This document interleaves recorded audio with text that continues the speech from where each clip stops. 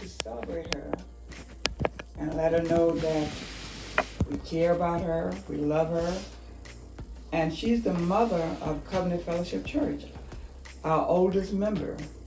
So I'm interviewing her, and I just have a few questions that I want to ask you, Mother Smith. Is that okay? That's fine. Okay. So the first question is, you served as doorkeeper president for many years. How was you inspired to do that, to become a doorkeeper? Well, I always thought it was nice to be an usher. I like to see them act and seat people and make them comfortable. And that was my goal, to greet people and to make them feel comfortable and invite them into our church. So it's been being a doorkeeper, you came in contact with many people. Of course, yes. Okay.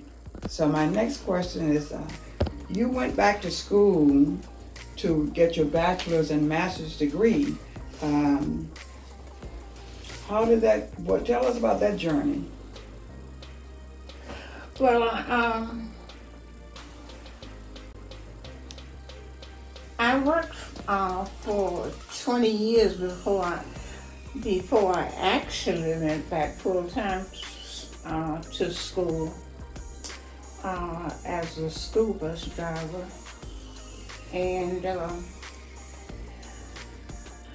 after graduating from high school, I continued to take classes when they were offered at Norfolk State. Mm-hmm. And so whenever class was available, I would always probably go in the afternoon, evening college, and work on getting more studies and more classes. So it wasn't a regular thing, but I would go whenever it was available, because I still worked, and then I took up classes. It just so happened that I got in a program called the Teacher's Corps, Mm-hmm. and I had enough course subjects and courses to make me be qualified to join the Teacher Corps. So I was really that was a 2-year program. I think I had 40 some hours, and in 2 years, I had enough to graduate. That was with your bachelor or your master's? That was a bachelor's. Okay. Yeah. And then you continued to get your master's? Well, yes, the school board gave classes at ODU for teachers who qualified, and I did qualify. So I went to ODU, and I was able to get my master's degree. Wonderful. Did faith play a part in your decision to go back to pursue your education? Yes, it did. Okay, good. All right, wonderful. Okay, and you were a part of a sorority, right? Yes.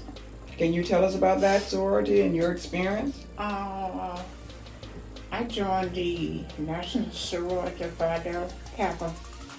It was the Norfolk chapter, and I joined that Alpha Lambda. I worked, of course, during that time, and I was the Dean of Pledges. Dean of Pledges is in charge of new members, and so I had that office for a while. Okay. So that was what, greeting the new members that came into the sorority? That's right. Okay, so you got to meet even there, you got to meet a lot of people. Yes. Okay, so who influenced you in life the most? Who has influenced you in developing and helping you in life? And I think it was my sister, Miss Gladys? Gladys Grandy. Okay. Yes. What life experiences can you pass on to others to try to help us? You know, this is a new generation, this younger generation. So what can you pass on to them about, you know, your milestones and things you've accomplished? And Well, I would think, I would always say that you should stay in school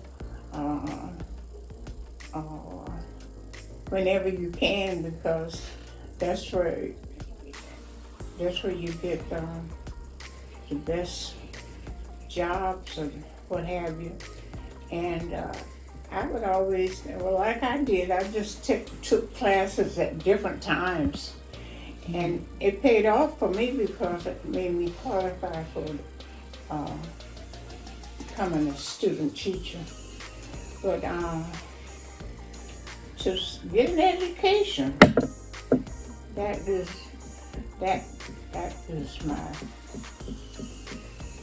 advice to younger people now. okay, I would say that's good advice, to stay in school, get an education, and I guess maybe they should have some kind of goals in line of what they want to do or what they want to pursue in life, you know? Of course, yes. Okay, well, it's been a pleasure talking with you, interviewing you, and be blessed and know that Covenant Fellowship and your Bishop White loves you. God bless you. Thank you.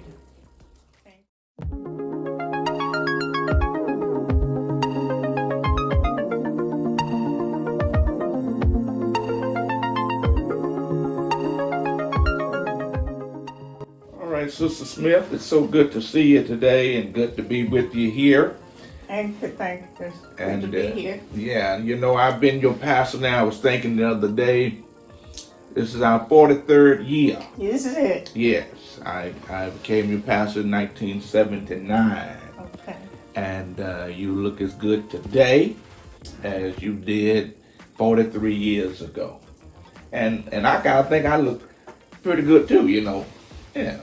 You do. Yeah, thank you. I appreciate that. But I was thinking, because your maiden name was Furby, Right. and your mother's maiden name was Nemo. That's right. And then I was thinking, I said, well, you know, of course I'm your pastor, and then Sister Grandy, your sister Gladys, and at the same time I was your brother Toscanelli and your brother Caleb's pastor. Right. So I pastored 4 of you all, and but prior to my coming to Willow Grove, you had some other siblings that had already passed. Right. Okay. But what I've always been so impressed about, with even with the 4 of you all, was that you always had this gentle and kind spirit, all 4 of you. And so was that a trait from the Furby side, or was that a trait that you all inherited from the Nemo side. So what kind of person was your father from the Furby side? My dad was a very friendly person. Uh, he didn't really talk that much. He didn't start the conversation, but he could really go on once you got started. Is that right? Yeah, my father was a praying person. Oh, okay. I I have waked up many mornings and he would be praying. So he was a very good. Okay. Now, was he a farmer? What Yes. kind of, okay. He did a lot of sharecropping, which means that he shared with the other person, Right. and that's why we lived so far from the school and had to go so far because it was wherever that person or wherever they were farming. Oh, okay. And Okay. so my mother, who was a midwife, and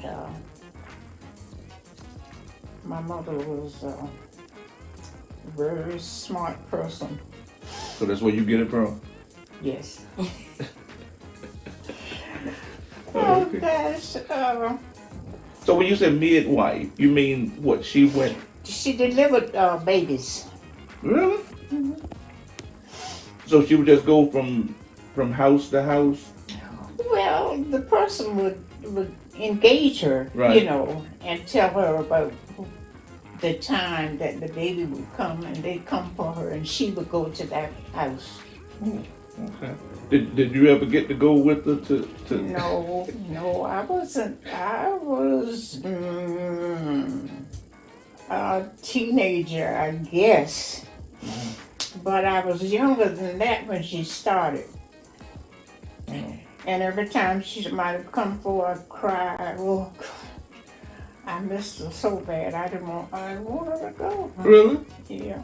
But that was one of her occupations. And of course, during that time, money was scarce. Right. So it helped. Okay. So you were the baby of your siblings. Right. So you didn't have to do as much as the other siblings had to do around the house, or? No, sir, I did. I surely did. I had to clean house and wash dishes, which I never liked. But I did my part. Is that right? Oh, yes. Oh, I thought by you being the youngest, they spoiled you. And My mama didn't spoil me. is that right? Mm-mm. So She was strict. is that right? Yeah. So was your mother the person who was the strictest, or your father? I mean, as far as discipline is concerned, like, in our house, daddy was the disciplinarian, but mama would be the one to sick him on us. If she didn't say, get him, then he wouldn't. But if she said that we've been acting crazy, then that we know was on. Well, my mom was more of a disciplinarian than my dad. Okay. Yeah. Okay. So I've heard you make mention that you all had to walk to school and had to walk five miles to school. Mm-hmm. So the school that you're making reference to, is that the school that was on St. Bride's Road where Willow Grove is now? Yes. Okay. And so where did you all live in? We lived off of Battlefield Boulevard. Okay. And see, you know where Battlefield is. Right. We woke up to St. Bride's Road. Okay. Because we didn't live that close to St. Bride's Road. Okay. We had to walk to St. Bride's Road and then walk up walked to Willow Grove. Oh, okay. So the farm that you all were living on then, on Battlefield Boulevard, was it near that area that's called Green Sea, or No, it it was was, further up than that? yes, yeah. It was close to St. Bride Road, and it was in that area. Okay, okay. But it was a 5 mile journey. Well, from Battlefield to Willow Grove, oh, how many miles? Oh yeah, I know how far it is. That's what I'm saying. Y'all were good walkers, and so, but I guess in my mind, having never had to walk to school or anything like that, just get on the bus. So how early in the morning would y'all have to get up to get to school? I guess we could get to school in about an hour. So if we got there by 9 o'clock, Okay. that's Okay. when school opened. Okay. Yes. Okay. And so as y'all walked along, there would be other kids that Right. lived along the road or whatever, and then they would kind of join in and Yes, we had fun. oh yeah. So you had fun walking to school, and then when you got to school, y'all maybe had to wait if it was in the winter. That the person had to build a fire and all that kind of stuff. That's right. Wow, That's right. that's just something. And by you being born in 1922, so then you lived through the 30s, the Depression, Right. and so do you recall just how difficult that was, or did your parents kind of shelter you all that you all didn't have to necessarily experience in effects of? Well, like I said, my dad was a sharecropper, and usually farms pay off at harvest time. Right, right. And unless you raise something that was sellable before September and October, that was what we lived on. Hmm. Um, I remember my father having cucumbers, Okay. and they would grow and raise things like that. So let's say an average day, like, so did your mother get up and cook breakfast? Oh yeah, she cooked breakfast every day. Really? Yes. Okay. And so what about for dinner? You Well, dinner would be like supper, right, like 6 or 7 o'clock. okay. And so y'all would eat basically off the farm, so to speak. So whatever y'all raised on the farm or whatever, and all. Well, that's amazing. I mean, of course, I used to stay on my granddaddy's farm, but I mean, I couldn't see. I mean, in the 30s of everything I read about the Depression and all that kind of stuff, how things were so so tight, with people, that to have been able to survive that was just phenomenal. Right. And so, and you shared in an earlier interview, that you graduated from school, and then you went off to college, and then you got a job driving the bus, and then you went back to college and got your degree, and then your master's degree, and so forth, and you became a teacher, or you taught school. But I also learned that now you have 3 children. That's right. Okay. And but you also divorced. Right. And now, how young were your children when you divorced? I think Rita was, And Rita's the baby, yeah, so she was a little girl. she was about 8 years old. Okay. The boys were 14 years older than Rita. Okay. So see, that's interesting because in society today, you people give all these reasons why they can't make it, why they can't do this, and why they. But what I'm now hearing you say that as a single mother, and all three of your children went to college, correct? Yes. Okay, and so you were able to do that of what people are claiming that they can't do. Right. Okay, and you did it and did it well and provided and took care of your children, raised your children, and sent them off to college so that they could be college graduates as well. You probably have never thought about it, but that's phenomenal. That is absolutely phenomenal. And as being a pastor and hearing, I'm talking to mothers and single mothers, and it's always a whole humdrum period. Well, Pastor, I would, but I got, but for you to have been able to do that is just phenomenal. And as your pastor, I'm so impressed. I'm just so thankful to be your pastor Thank you. of somebody that was able to accomplish that all on your own. But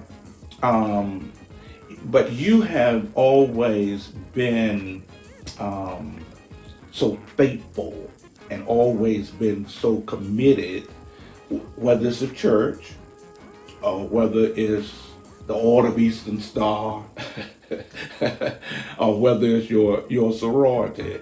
You have just always been so faithful. And so was that something that your parents instilled in you, that whatever you put your hands to, you stick yes. with it, you Oh, yes. get it done? Yeah. Because my mother was an Eastern Star. Oh, okay. And my sister, before me, of course. Sister Granny, So yeah. I just fell in line. Yeah, well, I knew that Sister Grandy seemed like she ate, slept, and woke up with Eastern Star Oh, yeah. on her mind and in her heart, and that's certainly a great organization for you to be a part of. But at some point in life, and like I said, having been your pastor for 43 years, and have seen your faithfulness and your dedication to the church and to me as your pastor, and that you're now headed into your 100th year. And people have always said about me that I have this memory that's out of this world, that I can remember stuff. But of course, I'm certainly not near 100.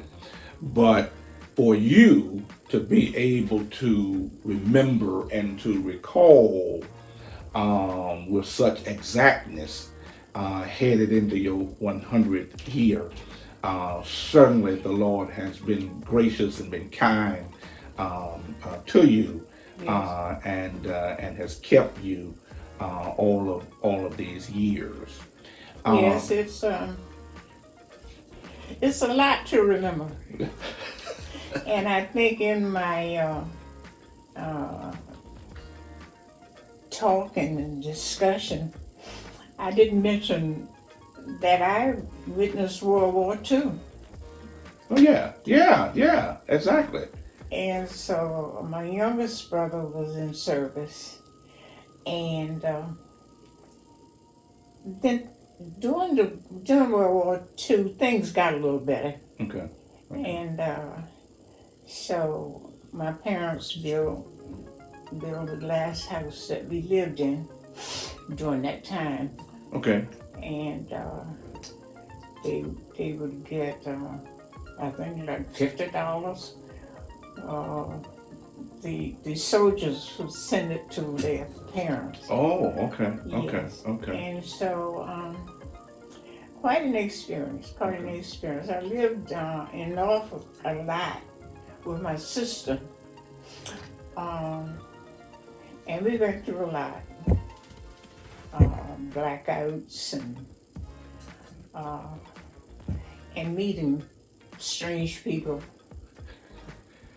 And so I had that experience. Oh, okay. So you just brought something up because your father, who was a sharecropper at one time, Yes. but before he passed, he was able to purchase his own house. Yes. Wow, that's awesome. I mean, think about it. That you're the person that worked on somebody else's farm and shared and all that kind of thing. But then before he passes, he's able to purchase his house. We just went through Black History Month in February, and how what kind of racism did you encounter as coming up? Well, walking to school, the white people rode buses. And sometimes they weren't so nice to us walking and they riding, Okay. So that was one thing. I witnessed not being able to go certain places Okay. because of being black. But a lot going on. But I guess the greater part of that is that you survived. Yeah, survived. Yeah. And see, and we just had one high school, Okay. Chesapeake. Okay. And so there was a school at Hickory, there was one at Great Bridge, and of course on this end, but one black school. And so everybody that was in Chesapeake had to come to go to that school. That school. Right. Wow. And then the white folk be riding by on the buses, hollering at you all and that kind of thing. Okay.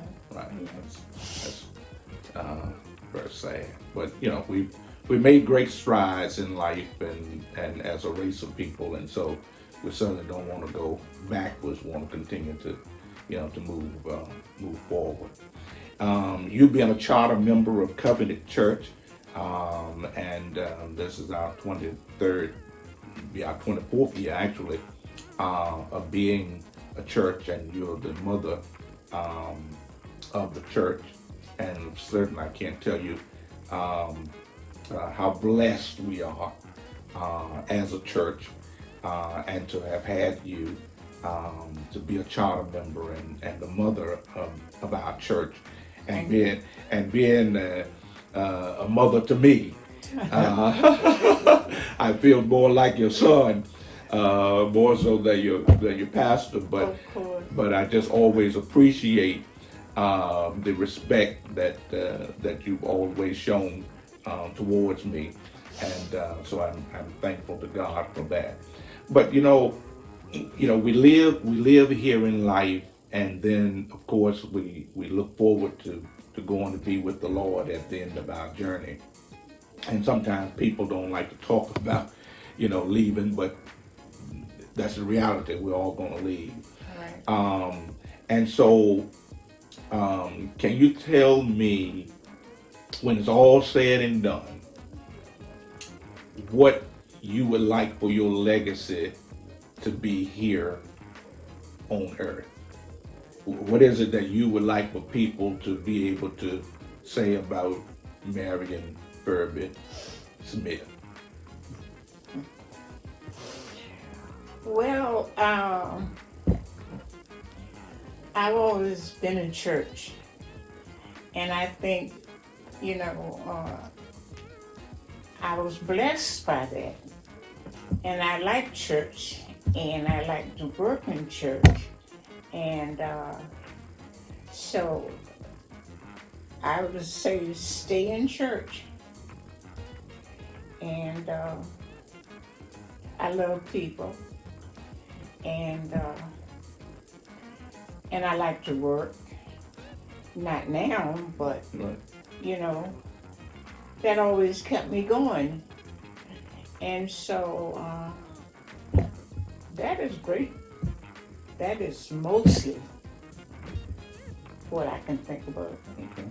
All right. So there you have it. You have it from the mouth of a 99, soon to be 100-year-old mother who's saying, put God before you and have a good work ethic, and life will do you well. That's right. Okay. That's right. All right. Well, so Smith, I want to know I love you. And we love you at Covenant Church, and I thank you for just allowing me to have this time with you, and to share, so that the whole world will know what it looks like to be 100 years of age. Bless you. Thank you. Thank you. Thank you. I have enjoyed it. I have enjoyed you as my pastor.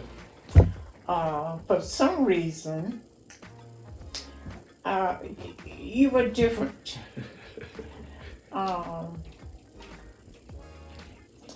And you were on my level, our level.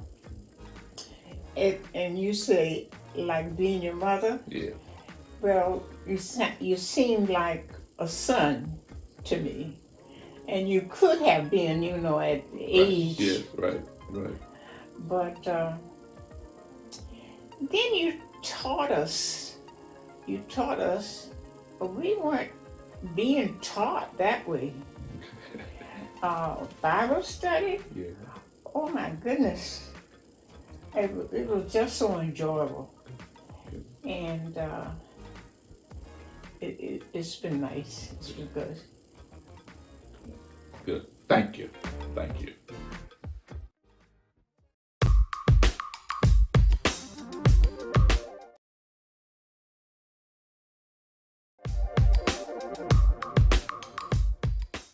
So this is the picture of your parents, I guess, and your sister Gladys, and that's you right there, looking like a model, and This is Isaiah. oh, that's Isaiah. Okay. He's the oldest. Oh, okay. Okay. Joshua Okay.